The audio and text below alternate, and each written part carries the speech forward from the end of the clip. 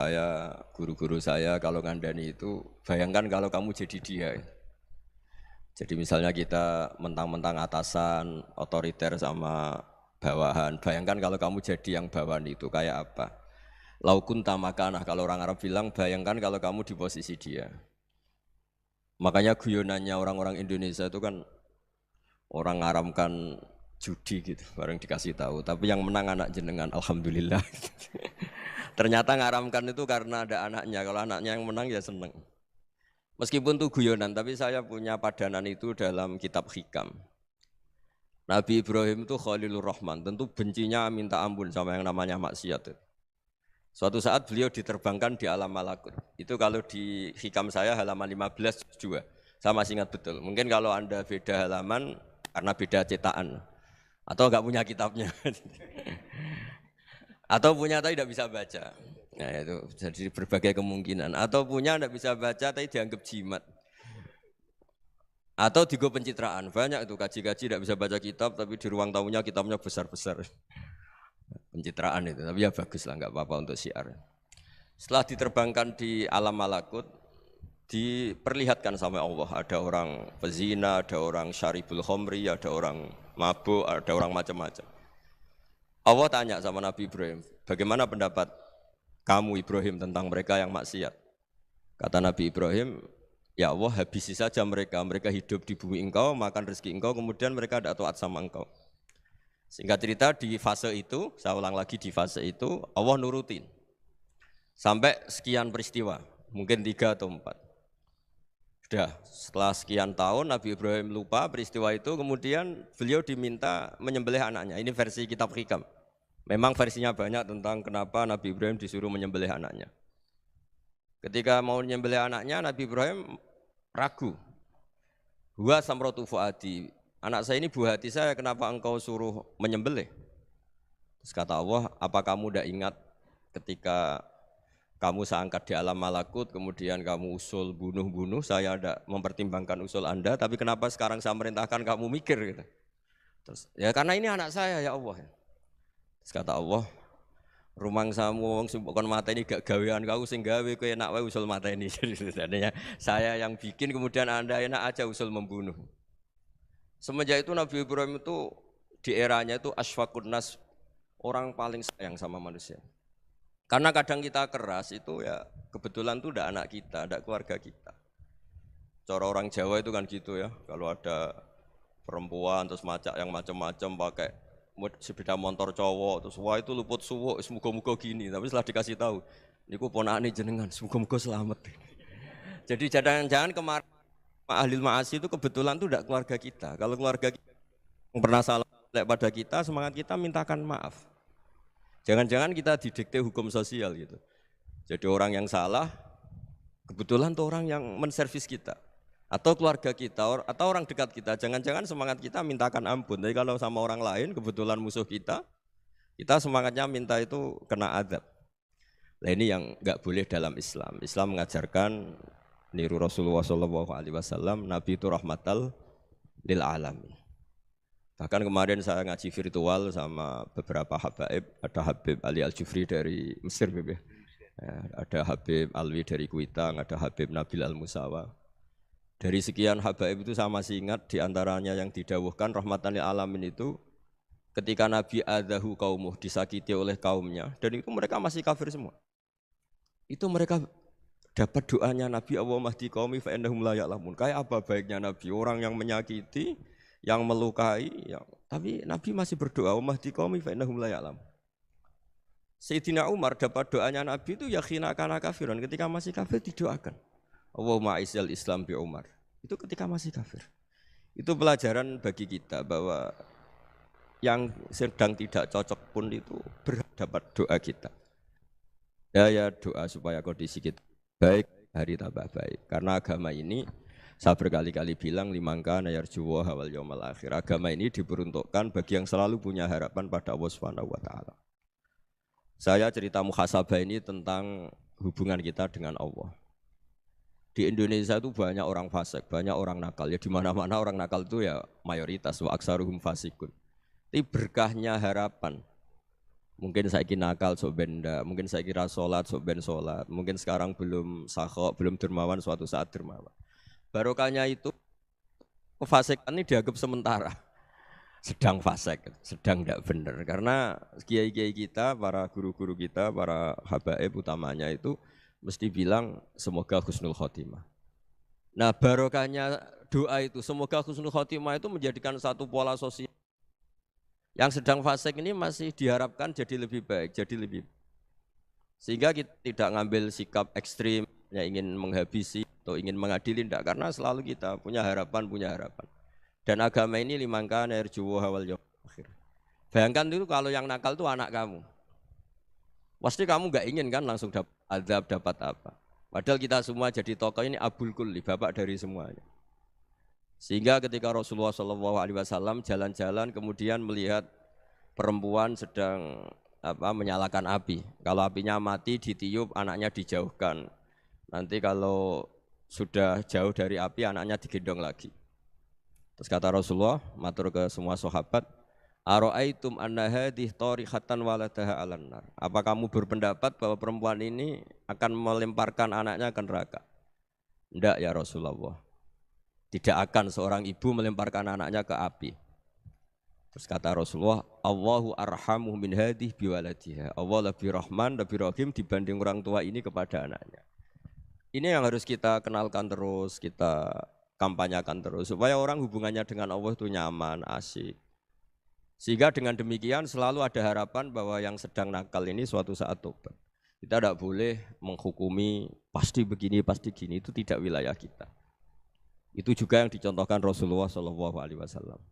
Secara lahir Nabi itu enggak berkenan sama Wahsy, karena Wahsy itu salahnya salah fatal karena membunuh ahabban nasi ila Rasulillah, yaitu membunuh Said Hamzah. Jadi ketika Wahsy tobat, Nabi itu nerima tobatnya. Dan ketika beliau dengan basariyahnya agak siap ketemu Wahsy karena harus ingat Sayyid Hamzah, basariyahnya diturutin. Oke kamu iman, saya turutin, tapi jangan sering ketemu saya. Karena kalau ketemu kamu, saya masih ingat sama paman saya, Sayyid Hamzah. Kita bisa ngelola seperti itu, kita tidak cocok sama orang, bagaimanapun mereka umat Rasulullah SAW, kita tetap mencintai mereka. Misalnya kalau beda agama, mereka sama-sama orang Indonesia, kita mencintai mereka atas nama warga Indonesia. Tapi kalau misalnya potongannya ora cocok, beda kultur, bawaannya itu mangkelno cara Jawa, ya bisa diilmoni, jangan ketemu. Wong sudah tidak cocok, ingin ketemu nyari solusi, roh ini tok seneng itu kan ya repot itu. Ya sudah kalau nggak pati cocok ya jangan sering ketemu. Dan itu kita bisa memanage seperti itu tuh bisa. Saya berkali-kali cerita tentang Imam Syafi'i. Kalau dikasih tahu ya Imam Aba Abdillah, panggilannya Imam Syafi'i, tetangga Anda ini ternyata banyak yang nggak senang Anda. Jawabnya beliau senang. Ya bagus kalau nggak senang saya, ndak utang saya katanya. Jadi gara-gara sampean seneng aku ngatur aku ini kan. Dan mungkin sampean ra seneng kan ya enak. Jadi hidup itu dianggap happy. Kalau seneng ya teman silaturahim, kalau nggak seneng ya nggak bakal utang gitu. Baru kayak seneng itu nggak ganggu. Gitu. Jadi dulu itu orang bisa ngelola seneng ndak seneng itu bisa.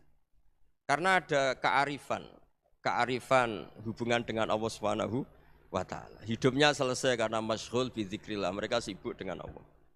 Makanya kata ulama-ulama tasawuf, kamu jangan melihat manusia perilakunya, tapi kamu juga harus ingat yang gerakkan semua itu Allah Subhanahu wa ta'ala. Dengan demikian kita farah, kita senang. Makanya Nabi kalau ngutus Anas bin Malik kemudian enggak kesampaian yang diinginkan karena Anas main, ketika garwa-garwani Nabi agak tersinggung, Nabi andaikan Allah menghendaki yang saya inginkan kesampaian, pasti itu kesampaian. Jadi dianggap kegagalan Anas gak manggil yang dituju Nabi itu ya kersane Allah, ya enteng saja. Sayyidina Ali lebih parah lagi yang dialamin. Itu dalam beliau kalau dipanggil tuh gak cepet-cepet ke sana. Ketika ditanya, kenapa kamu tak panggil gak cepet ke saya? Amin tu ukubatak. Karena aku tahu engkau orang baik. Orang baik itu pemaaf. Jadi makanya orang-orang soleh dulu itu bodoni itu.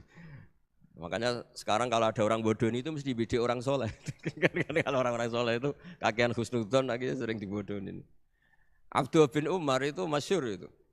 Kalau ada budaknya sering sholat, sergap sholat itu dimerdekakan. Akhirnya enggak sholat pun pura-pura sholat. Akhirnya juga dimerdekakan.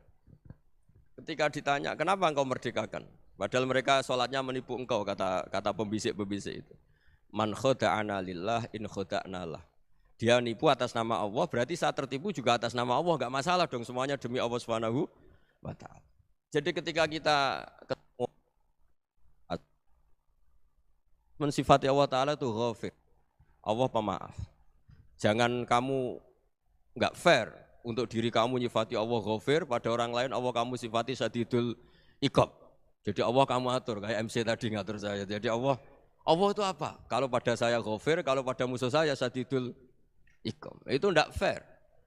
Kalau Anda punya harapan kepada Allah karena Allah Rahman Rahim, Allah ghafir, sebenarnya Allah pada musuh kita ya bisa saja Allah ghafir, bisa saja Allah Rahman Rahim. Sehingga kita melihat orang lain yang kita tidak cocok itu ya enteng saja. Itu min ummati Rasulillah sing tanaluhu syafa'atuh, tanaluhu sa'atu rahmati, tanaluhu fair. Jangan dengan kita kayak mesti dapat rahmat, jangan orang lain kayak Allah pasti syadidul iqab. Itu tidak boleh. Sehingga ketika ada orang Badui, singkat cerita orang Badui ini kencing di masjid, semua sahabat membentak dia. Yang enggak bentak hanya Nabi tok. Saking mangkalnya orang ini karena semua sahabat bentak kecuali Nabi. Setelah dibenari Nabi, terus Nabi nyuruh sabbu ali dhanuban min ma'in. Setelah disucikan masjid itu, dia berdoa keras sekali. Allahumma arhamni wa Muhammadan wa la tarham ma'ana ahadan. Ya Allah, yang berhak dapat rahmatmu hanya saya dan Nabi Muhammad, yang lainnya jangan. Karena yang lainnya tuh jengkelin, gitu aja saya salah dimarah-marahin gitu. Jadi kalau kamu doa terbatas ya kayak orang Bedui ini, kayak orang Arabi. Apa kata Nabi? Laqad tahajjarta wasi'an. Allah yang rahmatnya luas menjadi kamu sempitkan. Karena kamu mau atur Allah hanya Rahman pada Indonesian Power, pada NU, pada kita, yang orang lain nggak perlu dapat. Itu kan kasihan Islam, karena Islam terus nggak dimiliki semua orang. Allah nggak dimiliki semua orang, Rasulullah nggak dimiliki semua orang, karena dipek NU, dipek ormas tertentu, dipek nggak boleh seperti itu. Nggak boleh takhasyar tawasian, kata Nabi, nggak boleh mempersempit zat yang rahmatnya itu luas. Ini semoga etika ini kita pakai di Indonesia. Yang sedang fase kita harapkan lebih baik. Yang sedang nggak dapat hidayah kita doakan dapat apa? Hidayah. Masyhur kan, makanya tadi saya mohon sama Habib Ali supaya Habib Ahmad supaya tetap mahalul qiyam, tabaruk sama Habib Ali. Di antara doa-doa di Simtud Duror masyhur itu antuqabilal mudhniba minnah bil ghufran wal musi'ah bil ihsan. Jadi harapannya para habaib, para orang-orang baik dulu ya, semoga yang dosa itu dimaafkan, yang sedang salah dibuka, bikin lebih baik. Nabi itu tugasnya juga gitu. Wastaghfir li dzambika walil mu'minina wal mu'minat. Nabi itu tugasnya juga memintakan ampun yang sedang salah. Nah, ini cobalah jadi etika kita, muhasabah kita. Jadi muhasabah itu cara berpikir kita set, kita pikir ulang. Ternyata semangatnya seorang nabi itu wastaghfir li dzambika walil mu'minat. Semangatnya itu memintakan ampun. Orang ahli tafsir tahu semua kalau Nabi itu tidak mungkin dosa. Jadi itu khitabun lin Nabi wa urida bihi ummatu, itu khitab Nabi, tapi yang dimaksud itu umatnya, karena Nabi tidak akan mengalami dzambun, tidak akan mengalami dosa. Sekarang enggak, kadang-kadang kita ini kalau orang lain salah itu semangat. Kalau di perusahaan ada teman salah, apalagi pimpinan salah itu seneng. Barokahnya salah bisa ganti kan gitu.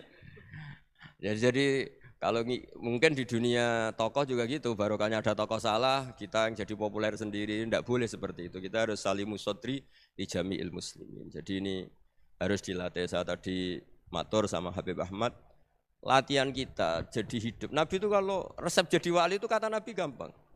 Kata Nabi, kalau kamu ingin disenangin Allah, ya sudah.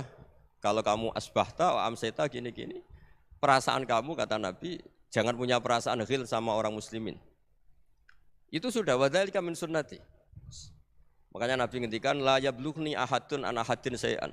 Ada yang baca la yuballighni ahadun an ahadin syai'an. Seseorang jangan melaporkan ke saya tentang salahnya yang lain. Fa inni akhruju ilaikum wa ana salimus sadri, karena saya ingin ketemu sampean semua dalam keadaan salimus sadri, tidak punya perasaan apa-apa. Karena kalau nurutin pembisik, nurutin informasi itu ya repot, karena orang pasti sepihak. Ada kiai yang top, datang ke kampung-kampung ning desa-desa. Kata yang seneng itu punya akhlak. Wah itu bagus orang besar datang ke kampung-kampung.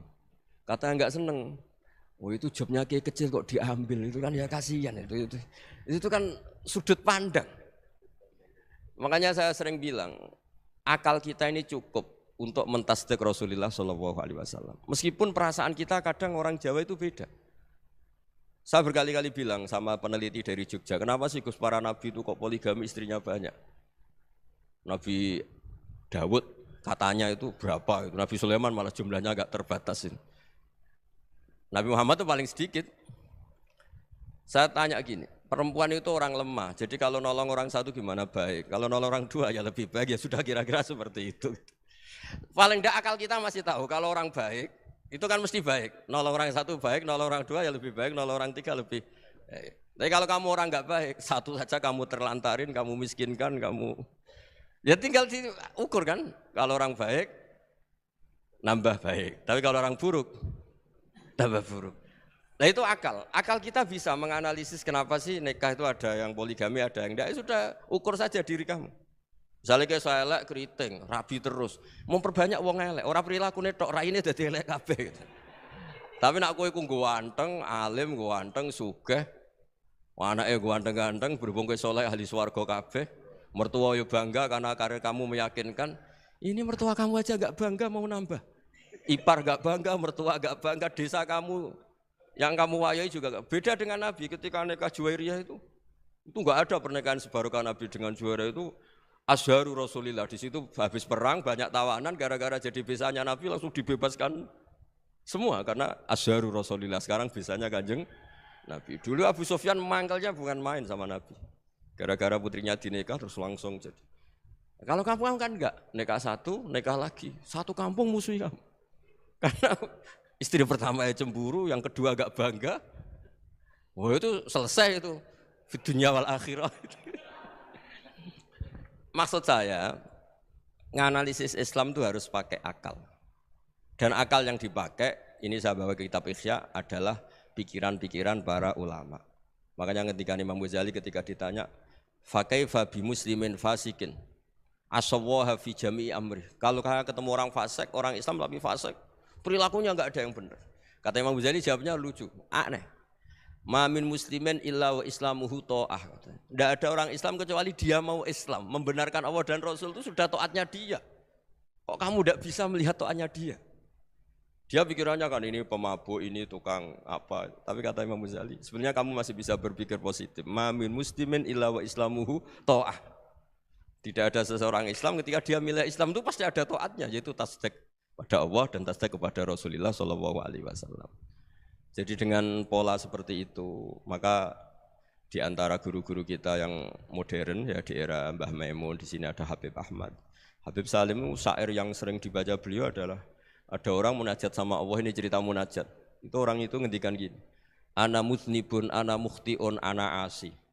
Huwa rahimun, huwa ghafirun, huwa afi. Ya Allah, saya mukhti, saya orang yang salah. Ana mutnib, saya orang yang dosa. Ana asin, saya sering maksiat. Tapi engkau ya Allah, engkau ghafir, pemaaf. Engkau rahim, maha pengasih. Engkau afin, yang mudah memaafkan. Terus kata orang ini, ya agak kurang ajar, tapi saking senengnya sama Allah. Qobal tuhunna salasatan bisalasati. Ya gini saja ya Allah, sifat engkau diadu dengan sifat saya. Engkau Tuhan Gusti, enggak boleh kalah katanya.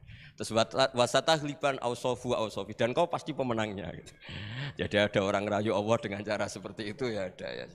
Saya ini manusia, salah saya banyak. Engkau ampunannya banyak. Engkau Tuhan Gusti, enggak boleh ampunan Anda, ampunan engkau kalah dengan salah saya. Enggak boleh Tuhan kok kalah. Jadi untuk supaya orang punya harapan gitu. Banyak juga wali-wali yang jadab ketika datang ke makam Rasulullah SAW. Itu kalau dongo ya agak kacau sebetulnya, cara syariat agak kacau. Ya Allah, engkau punya dua pilihan. Jika engkau menjadikan saya soleh, surah habibu, yang senang kekasihmu, yaitu Rasulullah SAW. Tapi jika engkau menjadikan saya fasik, surah adubu, yang senang itu setan. Monggo jenengan mau menyenangkan kekasih jenengan, mau menyenangkan musuh jenengan, monggo. Jenengan bebas kok memilih. Mestinya Allah ya senang menyenangkan kekasihnya. Jadi ya, intinya Allah dipaksa untuk menjadikan dia orang soleh gitu. Jadi kayak kemarin itu Pak Bu siapa yang kesini itu, yang sama jenengan kuliah kesini itu sama Habib Ahmad. Saya pertama enggak mau, lama-lama Habib Ahmad. Ini gimana Gus? Orang taunya saya dekat jenengan, kalau enggak kasil saya waduh. Ini kayak doanya wali yang tadi. Enggak punya pilihan, enggak ada pilihan ini.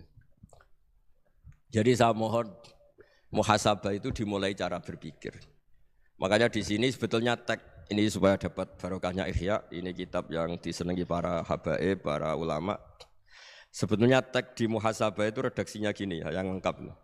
Hasibu anfusakum qabla an tuhasabu wazinuha qabla an tuzanu wa tahayya'u lil ardil akbar. Jadi ada kata wazinu, jadi ukur. Perilaku Anda ini diukur, ditakar. Misalnya kita sebagai suami kan ya punya hal-hal yang kita tidak ideal. Cara wong Jawa mesti pesek. Cara rezeki ya pas-pasan. Dan kita juga kalau makanya enggak boleh tanya istri begini, apa saya cinta pertama Anda? Pasti Anda kecewa. Orang jadi istri hanya korban terakhir gitu. Sudah. Karena orang kalau ngelamar kemana-mana gak jadi, yang jadi istri itu pasti korban terakhir gitu. Jarang istri pilihan pertama, jarang. Ayo semua yang nikah. Rata-rata itu pilihan Anda pertama Pak, dari sekian ditolak di mana-mana terus. Ya perempuan terakhir. Kamu juga korban terakhir gitu. Itu wali-wali dulu kalau ngandani kita itu sederhana. Antal ini masyhur diceritakan Habib Zain bin Semit dalam kitab Al-Manhajus Sawi. Anta lam tajid min nafsika kullama turid. Fa kaifa turidu min ghairika kullama turid. Kamu yang ingin ideal saja kamu tidak menemukan pada diri kamu untuk menjadi ideal. Kamu kan ingin ganteng, ingin punya uang banyak, ingin perilaku Anda sempurna. Anda saja yang punya keinginan tidak bisa mewujudkan keinginan Anda sendiri. Fa kaifa turidu min ghairika ma turid. Jadi anta lam tajid min nafsika kullama turid. Fa kaifa turidu min ghairika kullama turid. Kamu yang punya keinginan saja. Misalnya saya ingin punya uang banyak, perilaku saya selalu benar, enggak pernah salah. Loh, saya yang ingin saja dengan diri saya enggak bisa untuk benar terus. Kok kamu berharap orang lain selalu benar? Jadi anta lam tajid ya sama. Kalau kamu menuntut istri kamu itu ramah, neriman, apa kamu neriman sama wajah istri Anda gitu? Engko yo pola ning dindi jajaki sana jajaki sini kamu sendiri ndak kona apa. Jadi itu nasihat yang luar biasa. Anta lam tajid min nafsika kullama turid, fa kaifa turidu min ghairika kullama turid. Kamu mau menghormati semua orang, ndak mau kan? Kemudian Anda berharap semua orang menghormati kamu. Kamu ndak ingin kan orang lain semua menghujat kamu. Sementara kamu enak aja menghujat orang lain. Makanya Rasulullah SAW itu luar biasa ketika bikin kaidah sosial apa la yu'minu ahadukum hatta yuhibba li akhihi ma yuhibbu li nafsi. Jadi kalau ukuran iman itu sederhana. Kalau sesuatu itu baik, nyaman bagi Anda ya bayangkan itu pada teman Anda. Misalnya Anda bangun tidur sudah acak-acakan, enggak punya uang, utang jatuh tempo, kan enggak ingin ketemu orang. Ya kamu jangan bertamu ke jenis ini karena dengan kamu yang alami juga enggak siap ketemu orang. Makanya ada Habib Alim itu dilapuri sama seseorang. Beb, dulu teman saya itu ketika saya kaya itu sering main ke saya. Setelah saya miskin, mereka tidak main ke saya. Kata Habib itu bagus, sunnaul begitu itu bagus. Coba kalau kamu dulu kaya, teman kamu main kan kamu gaya. Di rumah ada makanan, bisa hormat tamu. Setelah kamu miskin jadi buruh manol di pasar atau buruh bikin boto, teman kamu datang, malu enggak kamu? Mendingan enggak datang gitu. Akhirnya baru, oh ya alhamdulillah kalau gitu. Loh iya kan dulu teman kita datang, kita ada Alphard, istri cantik, rumah bagus. Setelah kita miskin, buruhnya orang pas dibentak-bentak, teman kamu udah datang. Milih datang kamu enggak kalau setelah kamu jatuh? Enggak kan? Jadi barokahnya ilmu itu terus. Ya, tapi kadang-kadang orang, wah setelah saya miskin teman-teman enggak kasih ke sini. Ya kalau kamu sudah jatuh, teman-teman kamu ke situ jadi tontonan. Ya mulai sekarang cara berpikir itu dirubah. Dulu yang namanya kiai itu kalau diundang orang itu ya agak-agak senang. Semenjak saya itu agak rubah. Mengundang kiai, ngatur kiai itu tak haram-haramkan ya ada lumayan lah sekarang itu sudah mulai agak beretika.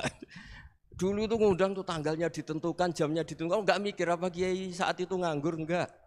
Punya wadifah, enggak. Dia milih tanggal yang dia nganggur, enggak mikir masa itu kiainya nganggur apa, enggak. Ya saya hanya cerita aja, kamu tersinggung ya monggo, boten nggih monggo itu kan. Jadi saya mohonlah supaya tadi saya juga matur ke Habib Ahmad. Jadi untuk orang merasa ikut sunnah Rasul itu gampang sekali kata Sayyid Muhammad. Dulu Nabi berpakaian ala daerahnya. Kalau mikot ya pakai mikotu baladi. Karena Nabi orang Madinah dan beliau berdomisili di Madinah ya misalnya mikotnya dari Bir Ali misalnya. Tapi kalau Anda orang kawasan Tanim mau umrah ya dari Tanim, misalnya kawasan Jirona ya dari Jirona. Artinya apa? Kamu ngambil mikot karena Nabi mikot misalnya dari Bir Ali, Bukan berarti kamu harus seperti Nabi di Bir Ali, kamu orang Mekah, misalnya kamu orang Tanim, orang ya harus dari Mikotu apa? Baladi. Sama, makanya di fikih-fikih itu kalau teknik anak, Nabi orang Arab, halawiyatnya kurma ya kurma. Kalau orang Jawa sedegan, semua podo-podo. Ya, podo-podo manis. Jadi ini tabaruk sama Sayyid Muhammad, ini ada murid beliau, Habib Ahmad, saya baca. Supaya orang itu merasa ikut Nabi itu gampang sekali. Ini saya baca ya di halaman tadi disaksikan Habib Ahmad 433 di kitab apa ini? Manhajus Salaf fi Fahmin Nusus. Itu kata Sayyid Muhammad, wa kanat sunnatu Rasulillah annahu yat'amu ma yajiduhu fi ardi wa yalbasu ma yajidu wa yarkabu ma yajidu mimma abahu Allah taala. Faman istamala ma yajidu fi ardi fa huwa al-muttabi' lis sunnah. Kama annahu hajjal baita min madinati. Faman hajjal baita min madinati nafsi fa huwa al-muttabi' lis sunnah wa illam takun hadhil madinatu tilka. Jadi intinya misalnya Nabi dulu itu ngasih sedekah kepada fakir miskin ya pakai dinar, dirham. Ya kalau orang misalnya sedekah pakai rupiah ya sudah ikut sunnah Nabi. Jangan, lu Nabi pakai dinar loh, kamu kok pakai rupiah. Dulu dinarnya Nabi udah ada tulisannya Bank Indonesia, kamu kok ada tulisannya Bank. Ya tidak ada seperti itu. Ya jadi misalnya Nabi sedekah pakai tamar atau pakai al-aqid, ya kita pakai beras, pakai apa. Supaya orang tuh bahwa Rasulullah itu milik kafatal linnas, milik semuanya. Sehingga merasa ikut sunnah Nabi itu ya semuanya. Makanya dulu Mbah Mun kalau motivasi saya supaya bombong, kalau orang Jawa bilang bombong. Wong Jawa mesti ono wong alim. Beliau menyontohkan Mas itu Mbah Fadol, Senori, Mbah Ihsan Jambes. Itu bisa ngarang-ngarang kitab luar biasa, padahal beliau bukan orang Arab. Imam Sibawai itu orang Persia, Imam Ghazali orang Tus itu juga ikut Persia. Kata Mbah Mun, wong sing ora Arab lah mesti untuk jatah alim kata beliau. Karena Nabi itu diutus kafatal linnas. Nanti kalau orang yang alim itu Arab tok berarti tidak ada perwakilan dari Afrika, dari Asia Tenggara, dari mana-mana. Makanya karena Nabi statusnya itu kafatal linnas. Jadi kita harus bangga sebagai Muslim, sebagai orang Indonesia karena misalnya Wali Kutub dulu terkenalnya hanya ada di Yaman, di mana. Ternyata pernah ada juga di Indonesia dan seperti Habib Abu Bakar Segaf Gresik. Jadi ya harusnya kan tetap orang Indonesia meskipun beliau dzurriyyah Rasul kan ya sudah orang apa? Orang Indonesia. Dzurriyyahnya Habib Ali Simtuduror sekarang di Solo. Jadi Indonesia juga dapat alawin banyak dari Sadatinal Alawin juga banyak. Jadi saya mohon barokahnya ngaji seperti ini. Melihat orang lain tuh gampang, bayangkan tuh kalau anak kamu. Makanya Nabi nanti kalau nggak percaya lihat di Hikam nomor 15 di kitab saya itu. Di situ dijelaskan oleh Hikam, jangan-jangan semangat Anda pada orang yang maksiat, pada orang yang keliru supaya dihukum itu karena kebetulan itu udah anak Anda, itu udah keluarga Anda. Coba kalau itu keluarga Anda. Makanya kalau saya guyonan di Jogja itu ada pembantu mecahkan piring terus dimarahi majikannya, saya mesti guyon gitu, pasti itu pembantunya tidak cantik. Kok bisa Gus? Andai kan cantik dan kamu senang mecahno piring satu, piring 1000 ora iso ngamuk kowe. Ternyata ngamuknya itu karena mecahkan piring apa karena plus tidak cantik? Coba jawab para lelaki ini. Kamu marah sama orang maksiat tuh karena maksiat karena plus itu udah anak Anda. Bayangkan kalau itu anak Anda. Itu hebatnya Rasulullah SAW. Karena kita yang salah pun kadung umatnya, Nabi tetap ngasih fasilitas syafaati li ahlil kabair min ummati. Kayak apa baiknya Nabi? Tidak ikut maksiat tapi ikut fasilitasi ngasih syafaat. Loh kalau li ahlil ibadah kan wajar. Nabi ketika ini syafaati li ahlil kabair min ummati. Ya karena tadi logika yang dibangun Rasulullah itu logika yang luar biasa. Kita semangat orang lain kena hukuman itu karena kita tidak punya ra'fah, tidak punya rahmah. Coba kalau Rasulullah yang bil mu'minina ra'ufur rahim, semangatnya itu mendoakan supaya tobat, mendoakan diampuni. Dan itu juga yang diperintahkan oleh Allah Subhanahu wa taala, wastaghfir li dzambika walil mu'minina wal mu'minat. Ya semoga barokahnya ngaji ini, barokahnya Habib Ahmad, barokahnya Maulid Simtuduror, barokahnya semua kitab Madaih, Tiba Berjanji semuanya, barokahnya Ikhya, barokahnya Said Muhammad. Barokahnya guru kita semua, Mbah Maimun, bapak saya, kita ini ngikuti manhaj, ya, ngikuti apa? Manhaj. Saya sering didhawuhi Mbah Mun, kenapa ihdinas siratal mustaqim bukan siratoka, bukan jalan engkau ya Allah, karena Allah itu enggak bisa kamu tiru, Allah itu tidak tidur, tidak makan, tidak kesel, tidak capek. Yang bisa ditiru itu siratal ladzina an'amta alaihim, yang bisa ditiru manusia ya niru manusia. Karena Allah itu tidak bisa ditiru, makanya ihdinas siratal mustaqim siratal ladzina. Dan niru siapa? Niru guru-guru kita. Termasuk niru cara pandang. Jadi misalnya ada orang awam di rumah itu hanya delok reng, delok tikus liwat, itu kan kayak nganggur. Kok ora tahajud malah mendelok reng. Melihatnya jangan gitu. Huwa tarokal ma'asiyah. Dia di rumahnya tidak dugem, tidak kemana-mana. Dia berarti malam itu tarkul ma'asi. Tidak nyopet, tidak garong, tidak ke tempat maksiat. Susahnya apa sih husnudzon? Jadi jangan lihat huwa tarkut tahajud, huwa tarokat tahajud, wa taroka qiyamul lail. Oke ya, namanya orang begitu ya tidak tahajud, tidak qiyamul lail. Tapi susahnya apa sih kamu bilang huwa tarokal ma'asiyah? Dia juga meninggalkan maksiat. Dan tarkul maksiat itu ibadah. Supaya orang tuh gampang lah husnudzon sama orang muslim. Ini orang mukmin, orang yang luar biasa. Di mata Allah itu orang yang luar biasa. Kayak tadi Imam Ghazali, kalau saya ketemu orang muslim kemudian dia tidak pernah baik, gimana? Kata Imam Ghazali, ma min muslimin illa wa islamuhu ta'ah. Tidak ada orang Islam ketika dia mentasdihkan Allah dan Rasulullah, berarti dia juga punya taat. Ya ini latihan saja, sing iso nglakoni Habib Ahmad kula namung cerita mawon. Kula cerita secara akademik, saya punya kitab, saya baca dan alhamdulillah kita paham barokahnya para guru dan supaya terbiasalah. Sebaik-baiknya ibadah husnudzon billah wa husnudzon bil mukminin. Soal tidak cocok ya diilmoni tadi ya, namanya enggak cocok ya jangan sering ketemu. Seperti Rasulullah SAW, beliau karena sangat mencintai Sayyid Hamzah, ketemu orang yang pernah begitu sama Sayyid Hamzah ya beliau secara basyariah tidak siap. Tapi beliau secara cara bahasa sekarang secara profesional kalau beliau seorang nabi dan harus menerima tobatnya siapapun ya diterima. Saya meskipun dengan A, B gak cocok karena dia begini-begini sama saya, tapi saya ingat dia sholat, dia baca sholawat, dia mencintai Rasulullah. Ya kita hormat. Ya soal gak cocok ya di manage tadi ya. Zuruhiban tasdad huban. Kalau gak pati cocok ya jangan sering ketemu bawaannya enak nanti. Ya semuanya itu diilmoni lah.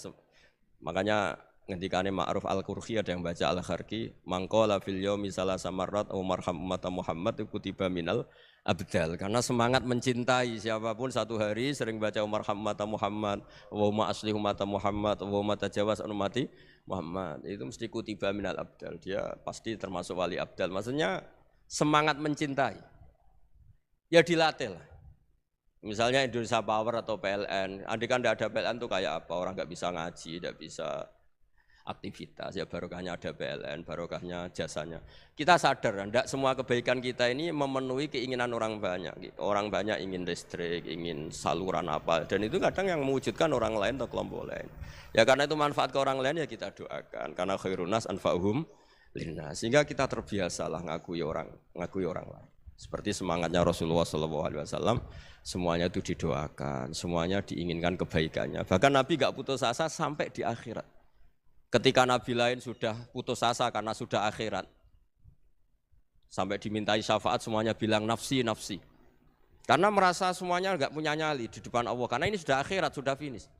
Tapi apa Rasulullah? Analah. Ya sudah, saya sanggup mensyafaati kalian. Terus kata Nabi, fa'atiyal arsya. Saya mendatangi aras, fa'akhiru lahu sajidan, saya sujud. Wa ahmaduhu bima hamida allamaniha rabbi. Kemudian saya tetap muji Allah dengan pujian yang terus menerus. Padahal sudah di akhirat, sudah finish. Nabi dimintai syafaat masih sanggup. Karena Nabi tahu, akhirat tidak bisa mendikte Allah. Tidak bisa Allah terus bilang, ya Allah ini akhirat loh, engkau sudah tidak boleh mensyafaat. Tidak bisa. Allah tidak bisa diganggu akhirat. Allah tidak boleh dibatalkan rahmannya oleh akhirat. Allah tetap rahman rahim abadal abad. Dan Nabi tahu itu.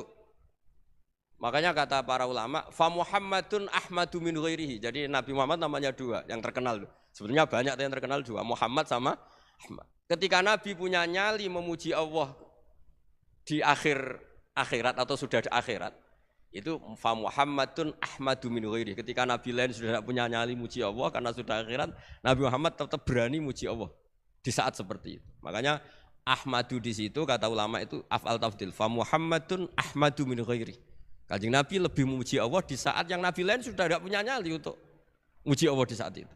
Makanya kata Nabi fa akhiru lahu sajidan wa ahmadhu bima hamida allamaniha rabbi.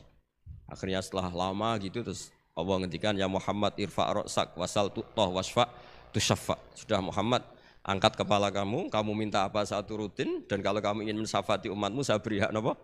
Syafaat. Semoga semangat itu juga menjadikan kita munajat bahwa rahmat Allah tidak terbatas, harapan juga tidak terbatas. Mungkin yang sedang nakal ya kita katakan sedang, jangan terus kamu pastikan wah ini mesti suul khotimah, mesti tidak orang baik. Tidak, agama ini liman kana yarjuwaha wal yaumal akhir, selalu bagi yang punya harapan. Ya, mugi-mugi dapat barokah semua. Mantul dengan kata wassalamualaikum warahmatullahi wabarakatuh.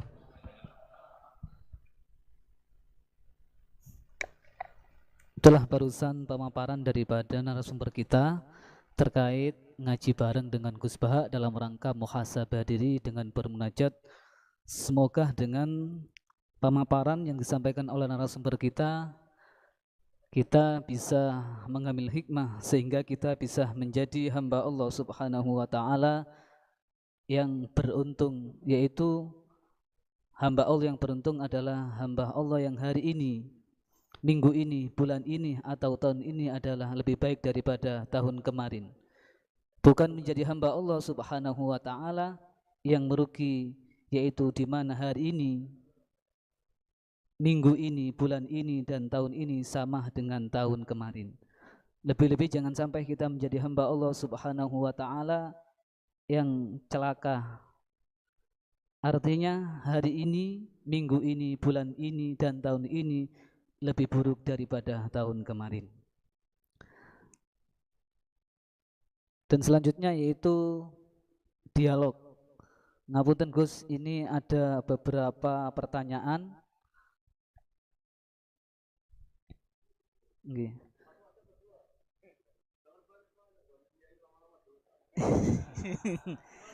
Ini saya hanya membacakan mawon Gus. Ada beberapa pertanyaan yang masuk. Korbannya saya. Dua itu sudah kebanyakan. Iya.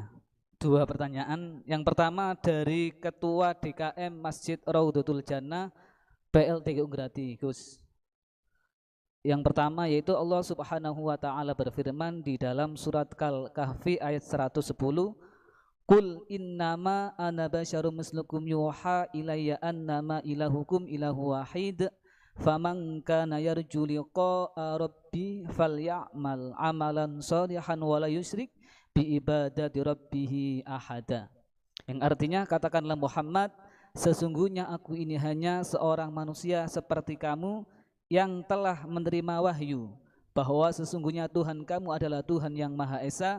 Maka barang siapa mengharap pertemuan dengan Tuhannya, maka hendaklah ia mengerjakan kebajikan dan janganlah dia menyekutukan dengan sesuatu pun dalam beribadah kepada Tuhannya. Di sini barang siapa ingin bertemu dengan Tuhannya, maka hendaklah melakukan kebajikan dan jangan menyekutukan dengan sesuatu apapun dalam beribadah. Yang dimaksud di sini bertemu dengan Tuhan itu seperti apa? Yang kedua, melakukan amal kebajikan itu seperti apa? Jangan menyentuhkan Tuhan dalam beribadah itu seperti apa? Ini Gus. Satu pertanyaan Gus. Satu pertanyaan ada 3 kategori. Ngapunten Gus. Bismillahirrahmanirrahim. Pertanyaan itu bagus sekali karena hal yang sama dialami Rasulullah SAW. Jadi ketika Nabi ngendikan man ahabba liqa Allah ahabba Allahu liqa'ah. Wa man kariha liqa Allah kariha Allahu liqa'ah. Jadi terus sahabat tanya, bagaimana itu ya Rasulullah? Wa kulluna yakrahul mauta, katanya. Siapa yang senang ketemu Allah, wa senang ketemu dia. Siapa yang enggak senang ketemu Allah, wa juga enggak suka ketemu dia. Dan sahabat ya manusia ya, zaman itu ya iskal ya, tapi semua kita itu enggak siap mati. Jadi kalau ketemu Allah itu pikirannya orang itu ya mati. Nah, yang tanya enggak siap juga kan kalau mati. Terus Nabi memberi penjelasan, tidak ada orang muslim, orang mukmin kecuali sebelum mati itu yang calon ahli surga itu diperlihatkan surganya. Jadi mamin ahadin ilka waqad alima maq'adahu minal jannah awinnar. Ketika melihat surga yang sudah gemah ripa, sudah luar biasa. Mungkin kalau para cowok yang bayangkan bidadari banyak, cantik-cantik, gak minta belanja. Neng dunia wis elek jaluk aneh-aneh kan ruwet tuh. Nah, itu terus langsung seneng pengen ning swarga. Jadi kalau ada orang mati kok tidak semangat, berarti belum dipertontonkan surga. Nah, ketika dipertontonkan surga kan sudah tidak ada kerja, tidak ada atasan, tidak ada bawahan, nggak ada istri cerewet, tidak ada teman bodoni, pokoknya di surga itu kan enak semua. Nah, terus seneng. Lah kira-kira liku Allah ya seperti itu. Ketemu Allah itu artinya ketemu ridhonya, ketemu kebaikannya. Itu resep pertama tentu tidak boleh syirik. Syirik itu menganggap ada kekuatan lain setara dengan kekuatan Allah. Jadi kalau orang tawasul sama Nabi, sama wali, sama habaib itu tidak syirik, itu kan tetap Allah itu punya kekuasaan mutlak. Kita ini butuh orang dekat, bukan mensetarakan orang dekat ini sama Allah Subhanahu wa ta'ala. Itu jelas tidak ada orang Islam yang punya perasaan ada kekuatan lain setara dengan kekuatannya Allah Subhanahu wa ta'ala. Makanya Nabi sudah menjamin, saya tidak pernah takut kalian melakukan syirik, karena siapapun yang punya iman pasti tidak akan mensetarakan yang lainnya sama dengan Allah Subhanahu wa ta'ala. Jadi makanya keyakinan ahli sunnah, keyakinan guru-guru kita, wasilah itu tidak termasuk apa? Syirik.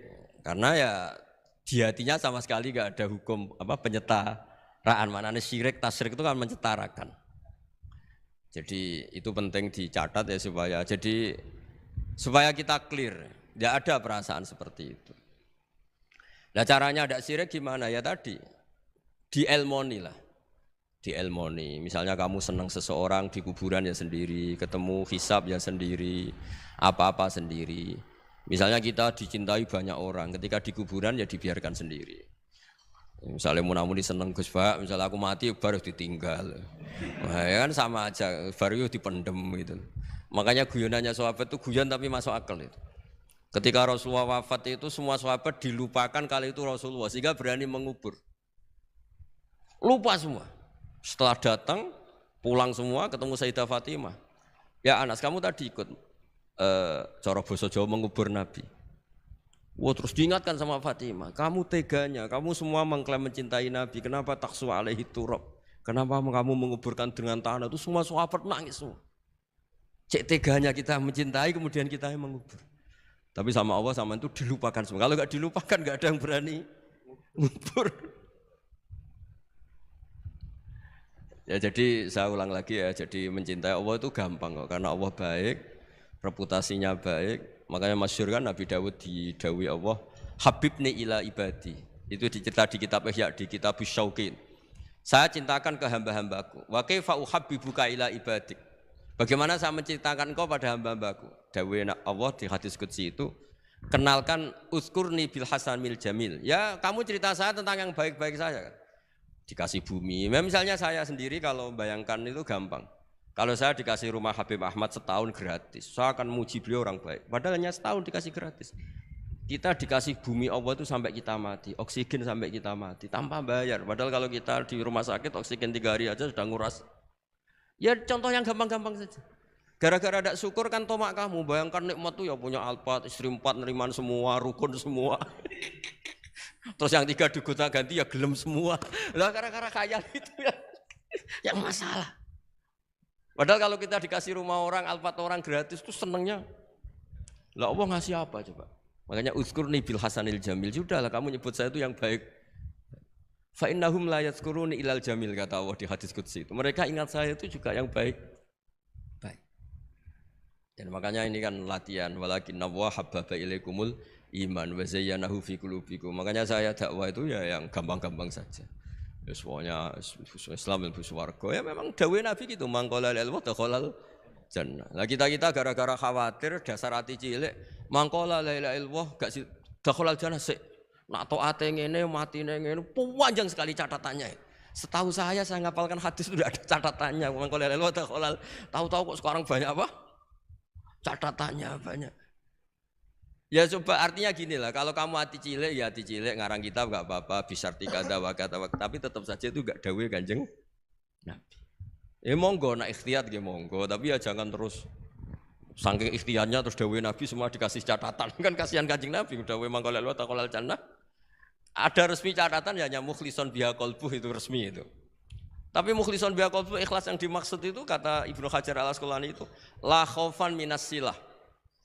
Dulu orang munafik lafadzkan la ilaha illallah itu karena takut gak dianggap Islam. Zaman itu istilahnya khaufan minas silah. Tapi kalau orang Indonesia karena ada ancaman bagi yang tidak Islam, Ya hampir pasti ikhlas karena nggak ada takut apa coba gitu. Jadi lebih gampang gitu. Ya jadi maksudnya liko Allah begitu. Ya pasti ikhlas gitu. Terus yang kedua apa tadi? Udah toh?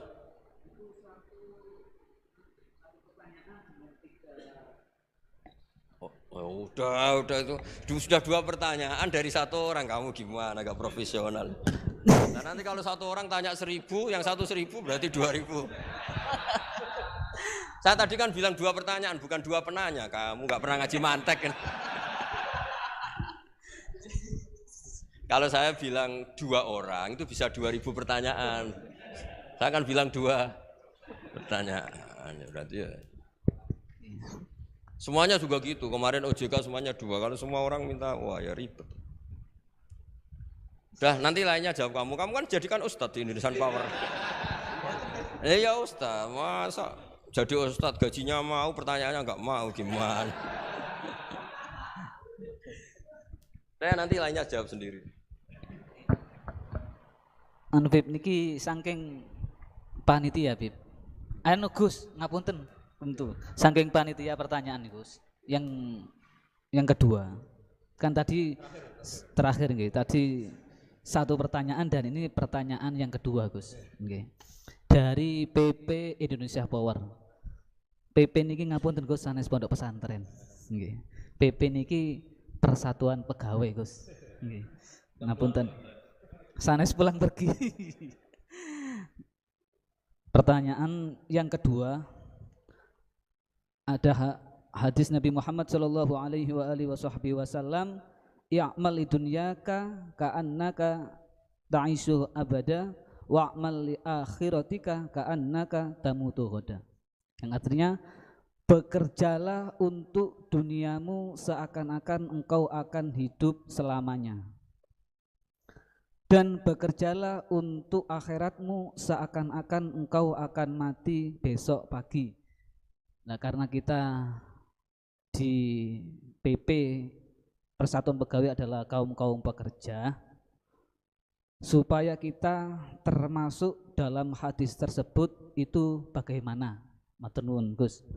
Oh begini ya, bismillahirrahmanirrahim itu kalau makna yang benar menurut hampir semua ulama itu begini. Jadi karena dunia itu longgar ya, longgar itu tidak mendesak. Jadi karena kata isu abadan artinya itu kalau urusan duniawi kalau nggak berhasil sekarang ya bisa berhasil besok. Jadi itu justru menunjukkan urusan dunia itu kalau nggak bisa besok ya besoknya besok. Kalau nggak bisa ya besoknya besok karena masih ada apa? Hidup. Tapi kalau urusan akhirat bayangkan kalau kamu itu besok mati. Makanya Nabi ngendikan sholli sholatam wadi'in, kamu sholat kayak sholatnya orang yang mau pamitan. Jadi intinya kalau mau urusan dunia seakan-akan itu kamu hidup selamanya. Makanya kalau nggak hasil sekarang ya besok. Ya kayak anak-anak muda itu. Sekarang ditolak, besok semoga diterima. Kalau ditolak terus ya ganti lain sampai yang dinikah itu yang paling terakhir. Tapi kalau urusan akhirat tidak bisa. Bayangkan kalau kamu besok itu mati. Nah soal yang di PP itu, yang di pegawai apa? Persatuan Pegawai. Kalau kerja itu yang serius itu bukan karena hadis itu. Di antara yang dicintai Allah, kalau kamu punya pekerjaan, Allah suka ayut kinahu, orang itu profesional gitu. Allah itu suka kalau ada orang nekuni pekerjaan, kemudian dia itkon, dia profi. Misalnya saya ini kan kata orang banyak dikiaikan. Dan saya dianggap alim misalnya. Harus profesional. Khasnya orang alim itu ngikuti orang alim sebelumnya. Makanya saya baca kitabnya Sayyid Muhammad, baca kitabnya Mbah Mun. Khasnya orang ahli sunnah itu mencintai habaib, mencintai ulama, mencintai fuqara masakin. Sebisa kita lakukan. Itu namanya profesional. Jangan dikatakan orang alim kemudian dia ngomong pendapatnya sendiri. Itu tidak benar. Berarti kamu menjual pendapat kamu pada umat. Kalau dikatakan orang alim itu ya bahasa kasarnya ya menterkenalkan pendapat Allah dan Rasul, kalau boleh dibahasakan, menterkenalkan hukumnya Allah dan Rasul. Caranya apa ya? Qaulul ulama. Qaulul ulama itu apa ya? Di kitab-kitab kayak Ihya, kayak kitabnya Sayyid Muhammad. Itu namanya profesional. Makanya saya ngaji di mana-mana pakai kitab. Orang percaya kita karena dianggap orang alim. Orang alim hanya orang tahu pendapatnya ulama-ulama dulu. Lah kalau kamu ngomong pendapat kamu sendiri, namanya kamu tidak menterkenalkan ulama-ulama dulu, menterkenalkan pendapat Anda sendiri. Nah itu namanya profesional, ada itkon. Itu Allah suka kalau kamu menekuni misalnya Indonesian Power, misalnya bagian PL itu, ya nekuni. tenaga uap mana yang positif untuk negara ini, yang jangka panjang, yang terbarukan teknologi apa, yang teknologi fosil misalnya mulai harus dihentikan karena agak, ya monggo itu pokoknya apa saja yang menjadikan baik lihadil ummah itu baik, itkon ya. Allah itu suka kalau ada hambanya menekuni satu pekerjaan terus kemudian diperbaiki terus. Ya seperti saya sudah kecelok kiai ya masih belajar terus supaya umat ini dapat ilmunya ulama-ulama dulu. Jangan mentang-mentang wong desa ya bodoni yo ngantil. Mulai kulon mulai cilik nganti lahir nganti tua. Niku anggere ana wong sunat diceritani Nabi Ibrahim sunat umur 80 tahun nganggo kapak. Anggere ana wong mati ayate kullu nafsin dha'iqatul. Wah, anggere wong kawin wa min ayati itu enggak ada perkembangan. Saya itu kadang ya Allah, pepe wong desa jadi enggak dinaikkan ilmunya. Karena kiainya mesti gitu, wis kandhani ngene wis nganten. Enggak ada perkembangan. Nah itu menurut saya bu ya kasihan lah umat ini, umatnya Nabi itu diajak irtikok lah, diajak naik lah. Makanya saya di mana-mana itu ngaji bawa kitab. Nah itu namanya itqanul amal. Mereka percaya saya karena saya dianggap tahu pendapat ulama dulu ya kitab itu saya baca, tak terkenalkan. Ya barokahnya tadi. Jika kita tahu cara pandang ulama dulu ternyata enak betul melihat umat. Habib saya ini setelah miskin teman-teman saya tidak kesini, padahal zaman kaya teman-teman kesini. Dia itu komplain, tapi setelah dijelaskan Habib tadi malah bagus dong. Setelah kamu miskin buruh orang terus teman-teman kamu datang, betapa malunya kamu. Dulu majikan sekarang jadi buruhnya orang. Alhamdulillah kalau gitu. Kan terus gampang jadi enak kabeh gitu. Lu coba kamu dulu kaya semua orang hormat, bareng miskin jadi kerja manol di pasar terus teman-teman kamu tetap datang. Milih datang apa enggak? Ya, jadi ngeluh seperti itu dihentikan mulai sekarang juga. Ternyata masalah ada. Nah itu barokahnya ngaji, kalau tidak ngaji kamu. Ya seperti Imam Syafi'i itu. Man ahsana ilaika faqad qayyadaka, man asa ilaika faqad atlaqaka. Kalau ada orang berburuk sangka sama kamu, jelek sama kamu itu bagus, merdekakan kamu. Kamu gak akan dipinjemin mobil, gak akan diutangi, gak akan diundang. Wah enak lah, semua dibikin enak aja. Sudah barokah. Udah ketemu, sudah enak. Makanya seneng kamu ke saya pas-pasan aja biar nggak ngundang lagi. Intinya itu dikelola yang baik. Kalau pas baik ya teman silaturahim, teman berjuang. Gitu. Kalau pas nggak baik ya berarti nggak ganggu. Ya sudah. Kul min indillah sudah. Ya sudah wiridanya layak dibil hasanati illa anta waladzabu bisayati illa anta. Jadi hubungan dengan Allah itu ya segampang itu. Nggih, mohon ngoten nggih. Nggih, monggo.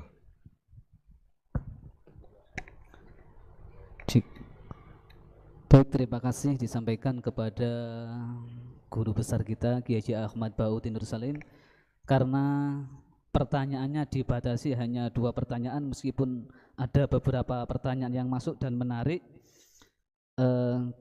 kami ucapkan pertanyaannya belum bisa dijawab, mungkin bisa dijawab di saat kita ngaji bareng lagi dengan beliau. Semoga beliau memberikan waktu untuk PT Indonesia Power selalu ngaji bareng.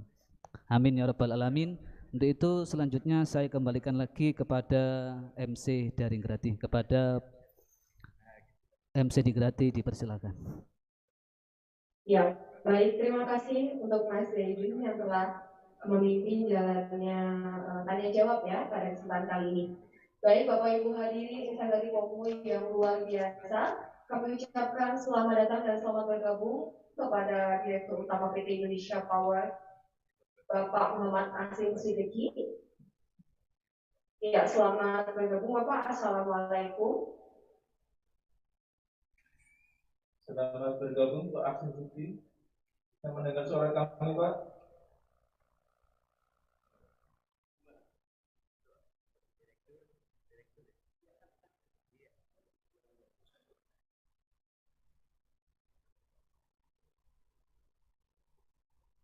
Ini belum ini enggak ada orang.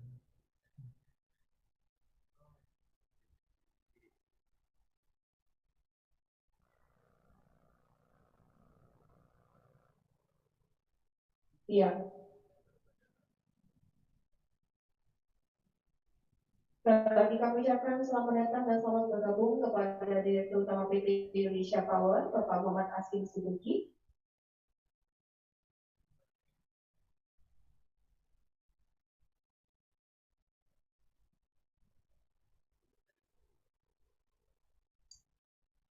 Ya, sebelum kita menyambut kedatangan dari Direktur Utama PT Indonesia Power Bapak Muhammad Asmudiki, setelah kita dengarkan tadi tausiah dari Gus Baha, semoga mendapat keberkahan barokah buat PT Indonesia Power dan menjadikan ilmu yang manfaat. Jadi banyak hal-hal yang dapat kita ambil hikmah dari tausiah beliau. Minimal kita dalam bekerja jangan hanya memikirkan duniawi. Faktor-faktor rohani tetap harus kita penuhi, menjadikan barokah bagi tempat kerja kita. Minimal kalau berangkat kerja ya baca bismillah, ya barokah, hasilnya barokah untuk pekerjaan kita, keluarga kita, dan diberikan hasil yang maksimal, khususnya untuk PT Indonesia Power. Tadi disampaikan bahwa PPIP di sini bukan PP pondok pesantren ya, tapi persatuan pegawai. Jadi kita di sini merupakan satu kesatuan PPIP dan PT Indonesia Power yang selalu sinergi untuk mengawal keberlangsungan dari perusahaan kita menghadapi era yang globalisasi dengan energi baru terbarukan demi keberlangsungan dari PT Indonesia Power.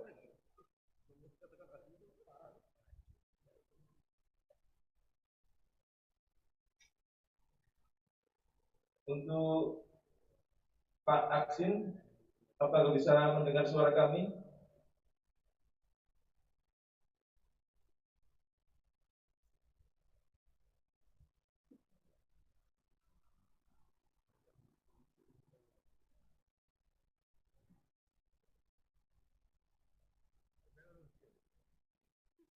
Ya baik, sambil menunggu kita sama-sama berharap ya Mas Heri, semoga untuk kedepannya kita masih bisa melaksanakan kegiatan-kegiatan seperti ini yang pasti juga ditunggu oleh rekan-rekan semua untuk kembali merefresh semangat kita untuk beribadah dan juga pastinya bekerja.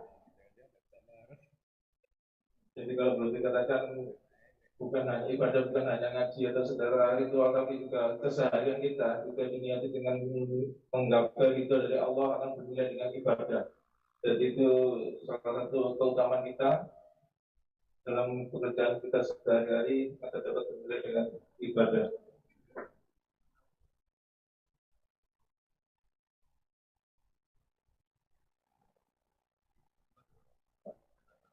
Baik, mungkin dari Direktur Utama PT Indonesia Power masih dalam kegiatan. Dari Bapak dan Ibu hadirin yang berbahagia dan juga dimuliakan oleh Allah Subhanahu wa taala. Untuk selanjutnya mari sama-sama kita berdoa yang pada kesempatan kali ini akan dipimpin langsung oleh Habib Ahmad bin Idris Al-Habsyi. Kepada Habib kami persilakan.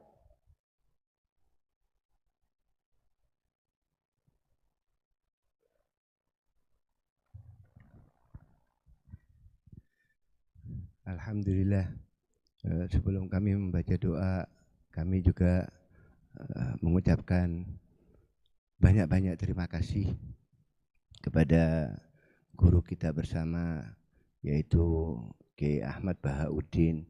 Semoga kita doakan Allah Subhanahu wa taala selalu memberikan beliau perlindungan, dijauhkan dari segala fitnah, dijauhkan dari segala musibah, dan semua para muhibbin, orang-orang yang mencintai beliau, Allah Subhanahu wa taala tambah mahabbah, ziyadah mahabbah kepada Allah dan kepada Rasulullah sallallahu alaihi wasallam.